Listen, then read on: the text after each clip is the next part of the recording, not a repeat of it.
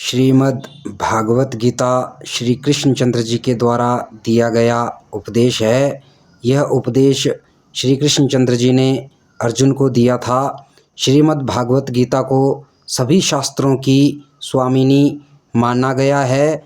आइए श्रीमद् भागवत गीता का पाठ करते हैं। ओम श्री परमात्मने नमः। नारायणं नमस्कृत्यं नरं चैव नरोत्तमं देवीं सरस्वतीं व्यासं ततो जयमुदीरयेत्। अथ श्री प्रथमोऽध्याय। श्री धृतराष्ट्र उवाच। धर्म क्षेत्रे कुरुक्षेत्रे समवेतायुयुत्सवा मामका पांडवाश्चैव किम कुर्वता संजया। तो श्रीमद् भागवत गीता के प्रथम अध्याय के प्रथम श्लोक में धृतराष्ट्र जी कहते हैं कि हे संजय, धर्म भूमि कुरुक्षेत्र में एकत्रित युद्ध की इच्छा वाले मेरे और मेरे पांडु के पुत्रों ने क्या किया। श्री संजय उवाच। दृष्टा तो पांडवानीकं व्यूढ़ं दुर्योधना तदा आचार्यम उपसंगम्य राजा वचनम अब्रवीत। तो संजय कहते हैं कि इस समय राजा दुर्योधन ने व्यूह रचना युक्त पांडवों को सेना को देखकर और द्रोणाचार्य के पास जाकर ये वचन कहे। पश्य एताम पांडुपुत्राणाम आचार्य महतिम च मुमा व्यूढ़ाम द्रुपदपुत्रेण तव शिष्येण धीमता। कि हे आचार्य, आपके बुद्धिमान शिष्य द्रुपदपुत्र द्वारा धृष्टद्युम्न द्वारा व्यूहकार खड़ी की हुई पांडु पुत्रों की इस बड़ी भारी सेना को देखिए।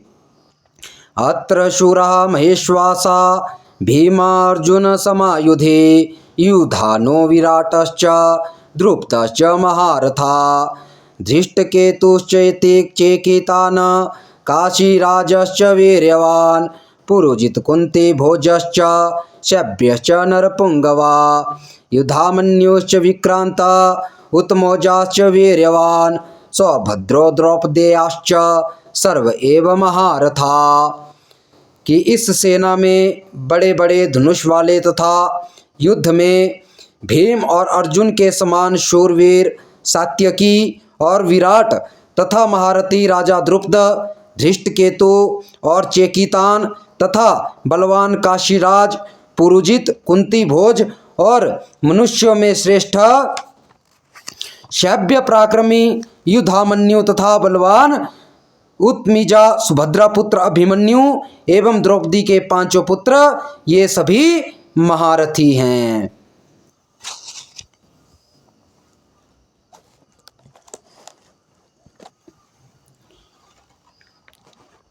फिर द्रोणाचार्य से दुर्योधन जो है वो प्रार्थना करते हैं कि अस्माकं तु विशिष्टा ये तान् निबोध द्विजोत्तमा नायका मम सैन्यस्य संज्ञार्थम तान् ब्रवीमे ते।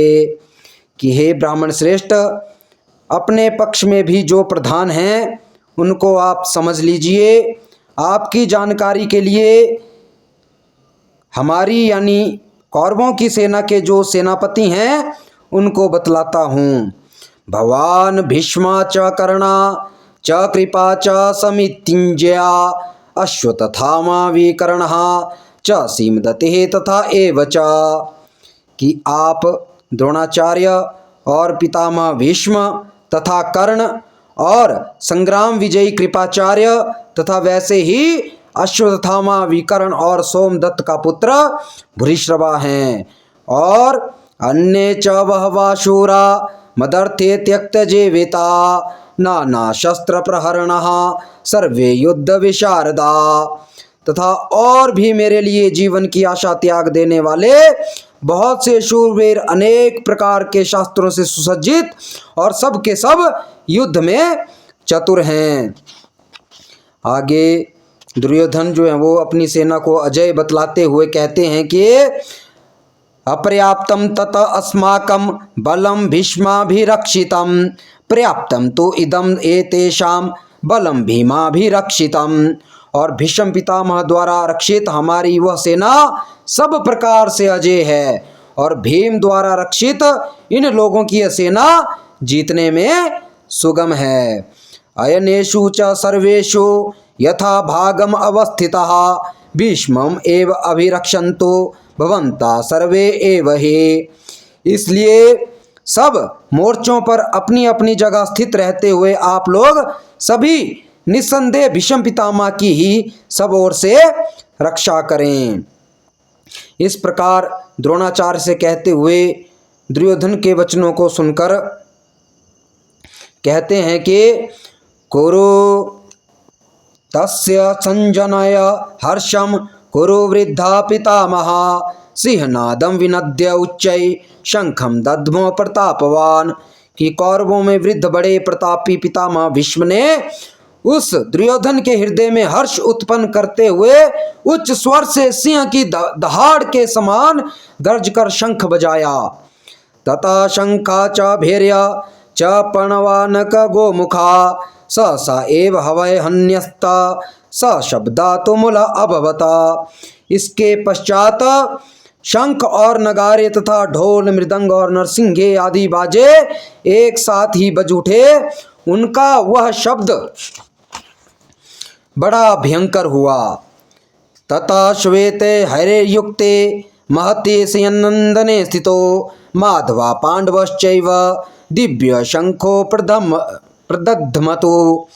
कि इसके अनंतर सफेद घोड़ों से युक्त उत्तम रथ में बैठे हुए श्री कृष्ण महाराज और अर्जुन ने भी अलौकिक शंख बजाए।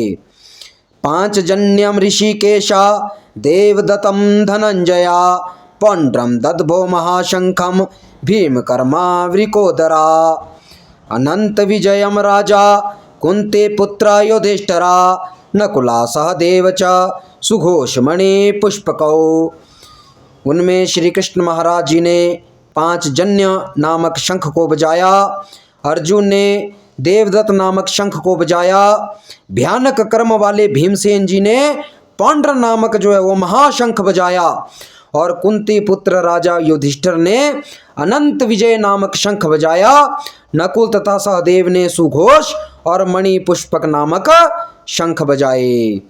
काश्य च परमेश्वासा शिखंडे च महारथा धृष्टधुमन विराटा च सात्यकी च पराजितम। द्रुपदा द्रौपदेया च सर्वसा पृथ्वीष्पते सौभद्र च महाबाहु शंखान ददमो पृथक पृथक।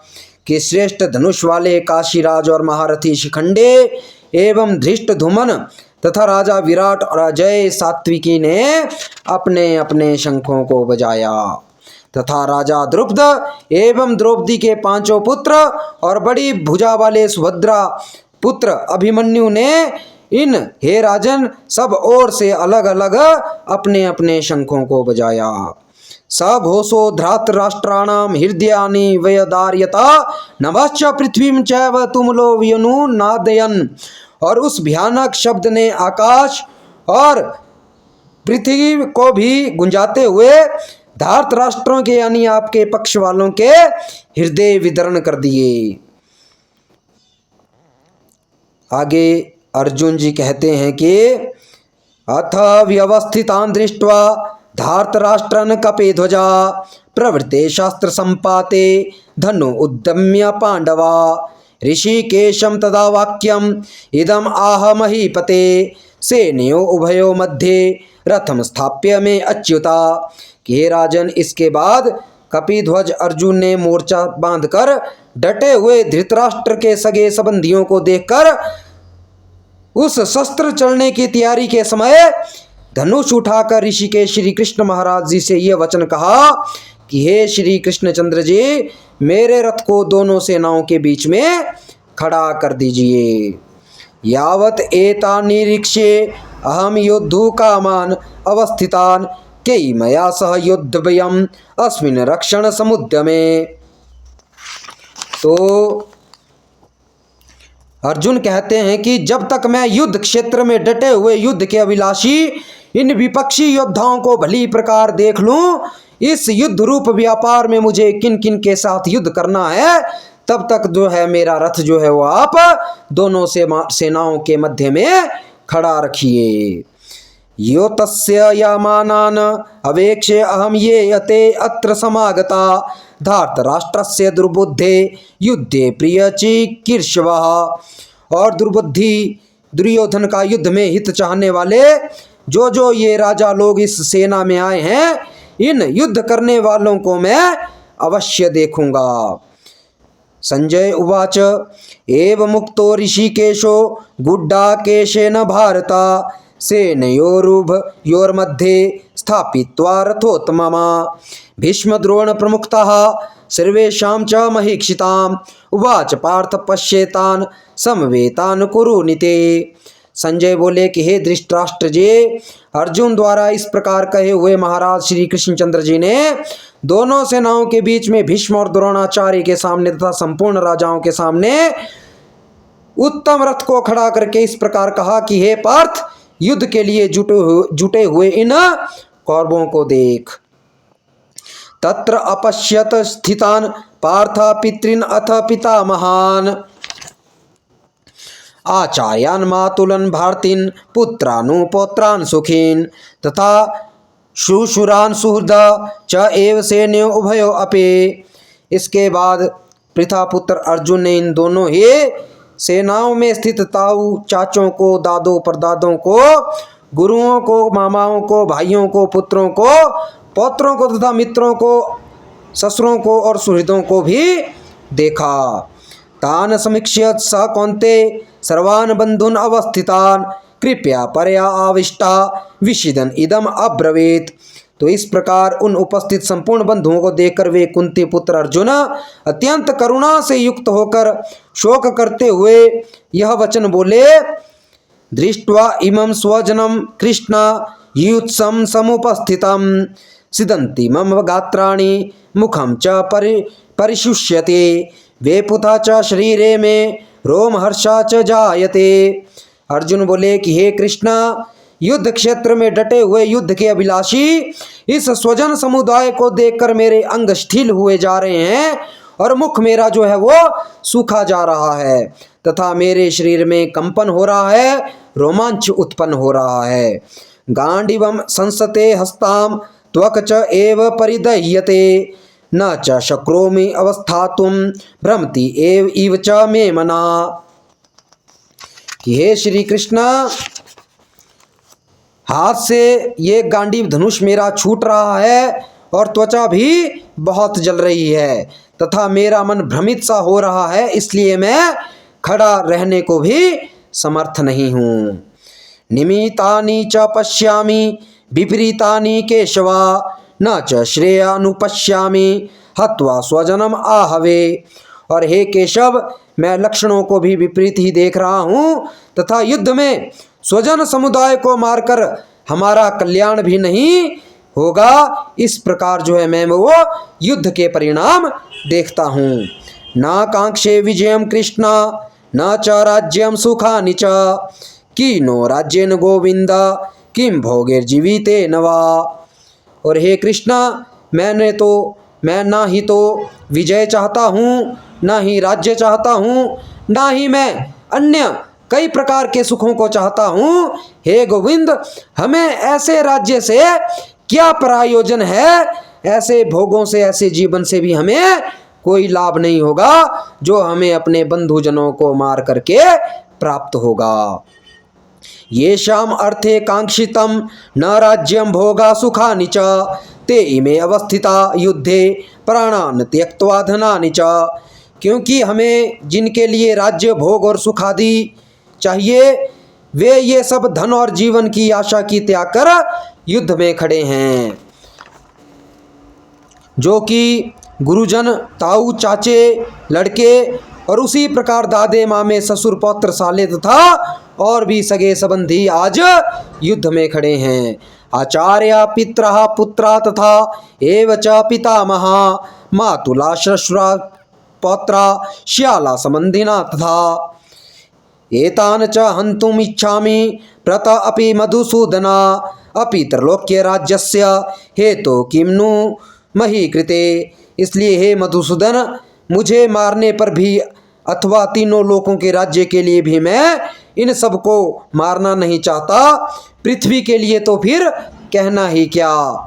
निहत्य धृतराष्ट्रान नः का प्रीति स्थात जनार्दना पापम एव आश्रेत अस्मान हत्वा एतान आततायिना।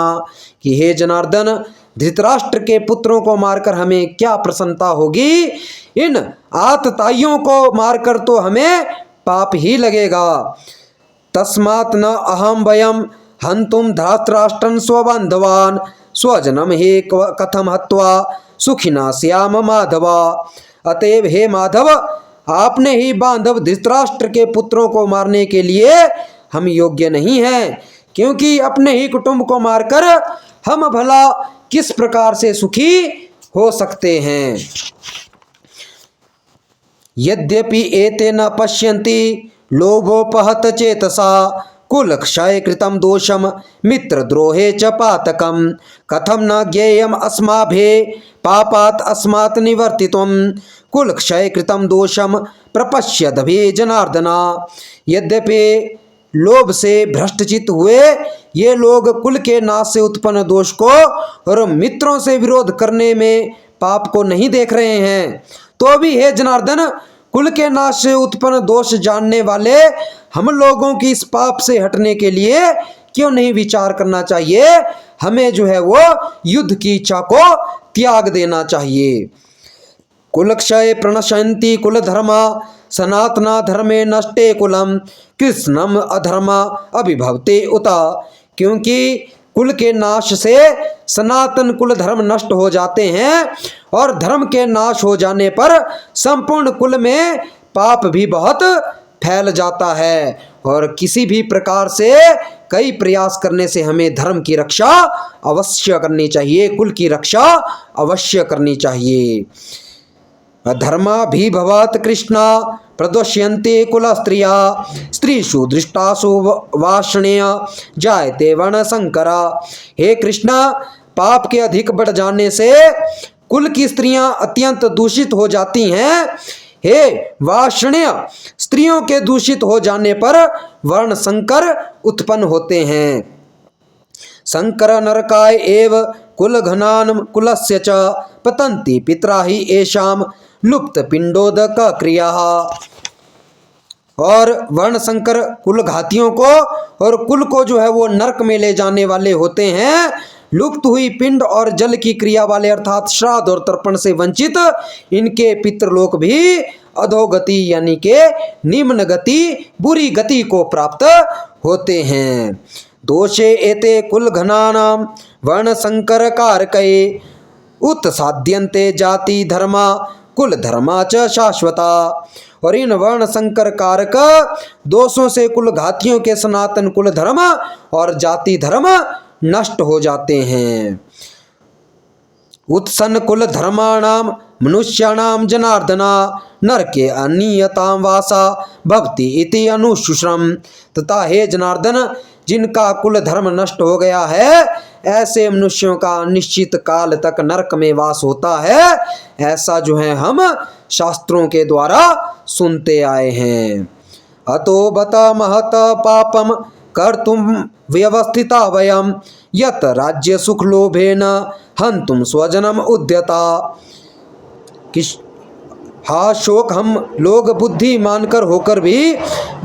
होकर भी महान पाप करने में तैयार हो गए हैं, जो राज्य और सुख लोभ से स्वजनों को मारने के लिए उद्यत हो गए हैं।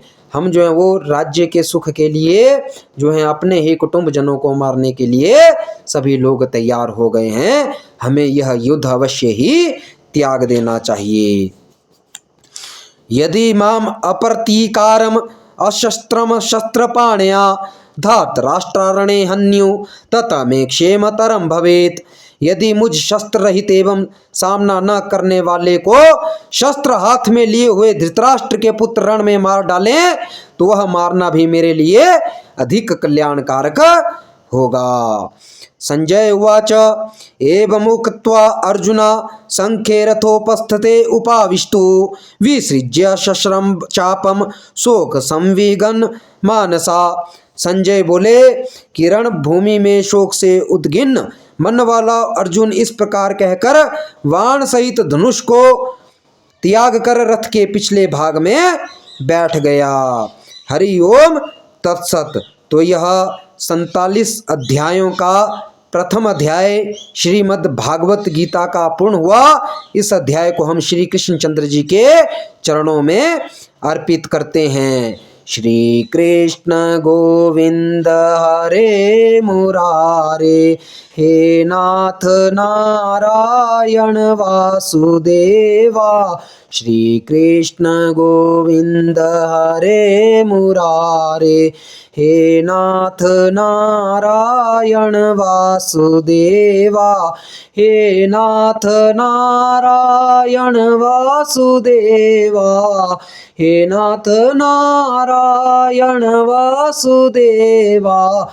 हे नाथ नारायण वासुदेवा। ओम श्री कृष्णार्पणमस्तु।